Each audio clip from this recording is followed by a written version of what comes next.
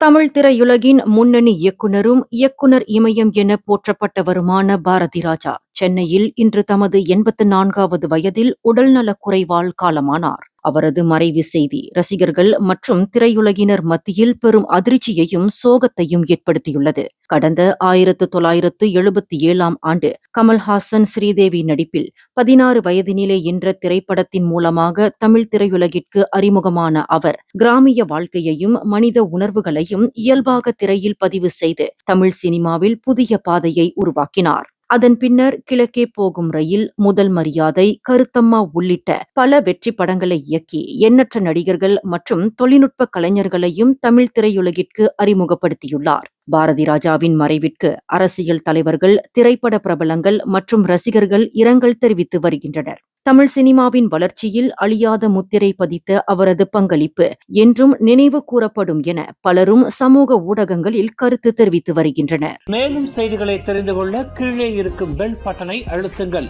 உங்கள் மகிழ்ச்சியை வெளிப்படுத்த லைக் மற்றும் ஷேர் செய்யுங்கள். தொடர்ந்து திசைகளோடு இணைந்திருக்க சப்ஸ்கிரைப் செய்யுங்கள்.